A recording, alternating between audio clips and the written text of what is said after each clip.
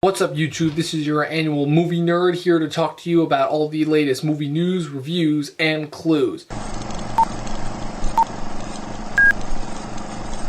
So today I'm going to do something a little different. I'm not exactly going to be talking about a movie, I'm going to be talking about something that ties into the movie. And that would be the latest collaboration between Netflix and Marvel Studios to bring us the latest original TV series, which is Marvel's Jessica Jones. So this series stars Krysten Ritter as Jessica Jones, who is a superheroine living in New York City who moonlights as a private investigator. She's actually more of a private investigator. She didn't really used to be a superhero. That's not the point. The point is that she's a private investigator with superpowers who's living in Hell's Kitchen, and she is suffering from PTSD. And basically what happens is she finds out that a man who she had escaped from a couple of years ago, who had the superpowered ability to make anyone do anything that he wanted just by telling them to, had come back. So she now has to make it her mission to stop him. And that man, if you recognize from the comics, is Kilgrave, also known as the Purple Man from the comics, for those of you who actually follow the comics. The thing about this TV show is that yes, it was once again dark and very, very gritty, which is a stark contrast from the movies that we've been getting from the Marvel, and it was like Daredevil, which was extremely dark and extremely gritty. So my biggest problem with this story for the first half was the fact that I felt like it was going a little bit too slow.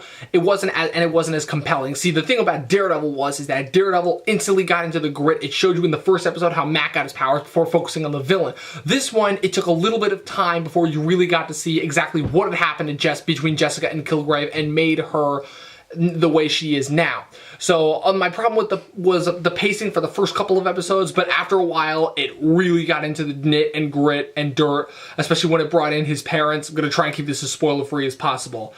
But overall, it was extremely, extremely well done. Another shining example of Marvel's collaboration with Netflix, and also another spellbinding villain. So the thing about Daredevil was that it gave us, the thing about the Marvel Cinematic Universe in general is that it has failed so far in terms of giving us compelling villains that not make us sympathize with, but that we understand, that have a compelling background, that we sympathize with and get behind, even if they are extremely despicable. And the only villain that the Marvel Cinematic Universe films have given that actually holds up to that is Loki.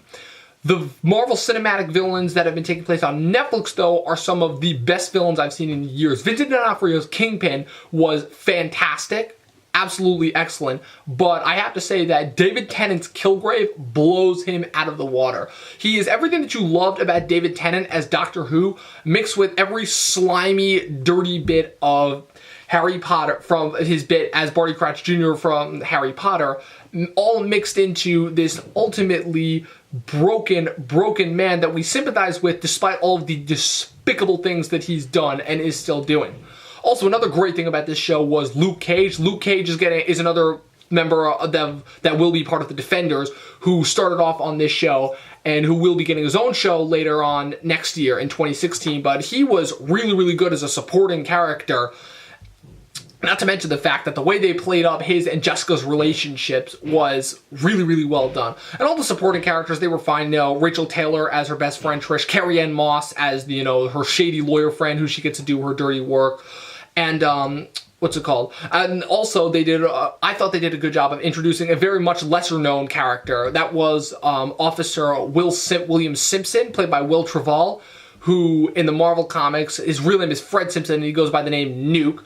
The only problem is that the way they introduced his Nuke storyline, if you follow the comics, I thought was very poorly done. I thought they could have done that better, but I'm sure they will rectify that once Jessica Jones Season 2 comes out. So overall, I enjoyed this TV series a lot. Another shining example of Marvel and Netflix's collaboration, and I can't wait for the future series. So the schedule is that after this, you've got Luke Cage and Iron Fist will both come out next year in 2016, followed by a miniseries, The Defenders, which will be Daredevil, Jessica Jones, Luke Cage, and Iron Fist all teaming up.